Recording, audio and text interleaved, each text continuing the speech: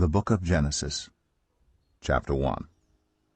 In the beginning God created the heavens and the earth. Now the earth was formless and empty.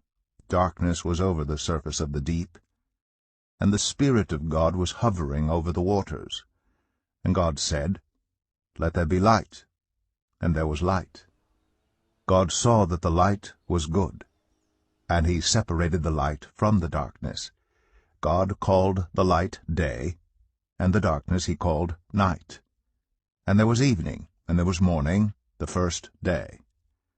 And God said, "Let there be a vault between the waters to separate water from water." So God made the vault, and separated the water under the vault from the water above it. And it was so. God called the vault sky. And there was evening, and there was morning, the second day. And God said, "Let the water under the sky be gathered to one place, and let dry ground appear." And it was so. God called the dry ground land, and the gathered waters he called seas. And God saw that it was good. Then God said, "Let the land produce vegetation, seed-bearing plants and trees on the land that bear fruit with seed in it according to their various kinds." And it was so. The land produced vegetation, plants bearing seed according to their kinds, and trees bearing fruit with seed in it according to their kinds. And God saw that it was good. And there was evening, and there was morning, the third day. And God said, "Let there be lights in the vault of the sky to separate the day from the night, and let them serve as signs to mark sacred times and days and years. And let them be lights in the vault of the sky to give light on the earth." And it was so. God made two great lights, the greater light to govern the day, and the lesser light to govern the night. He also made the stars. God set them in the vault of the sky to give light on the earth, to govern the day and the night, and to separate light from darkness. And God saw that it was good.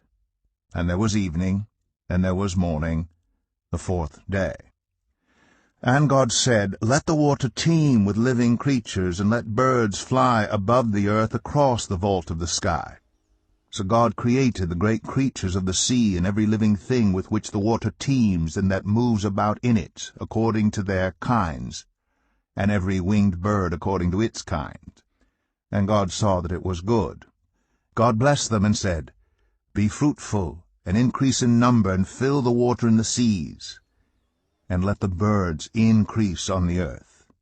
And there was evening, and there was morning, the fifth day. And God said, "Let the land produce living creatures, according to their kinds, the livestock, the creatures that move along the ground, and the wild animals, each according to its kind." And it was so. God made the wild animals according to their kinds, the livestock according to their kinds, and all the creatures that move along the ground according to their kinds. And God saw that it was good. Then God said, "Let us make mankind in our image, in our likeness, so that they may rule over the fish in the sea and the birds in the sky, over the livestock and all the wild animals, and over all the creatures that move along the ground." So God created mankind in his own image. In the image of God he created them. Male and female he created them. God blessed them and said to them, "Be fruitful and increase in number, fill the earth and subdue it, rule over the fish in the sea and the birds in the sky, and over every living creature that moves on the ground." Then God said, "I give you every seed-bearing plant on the face of the whole earth, and every tree that has fruit with seed in it. They will be yours for food. And to all the beasts of the earth, and all the birds in the sky, and all the creatures that move along the ground, everything that has the breath of life in it, I give every green plant for food."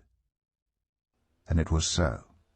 God saw all that he had made, and it was very good.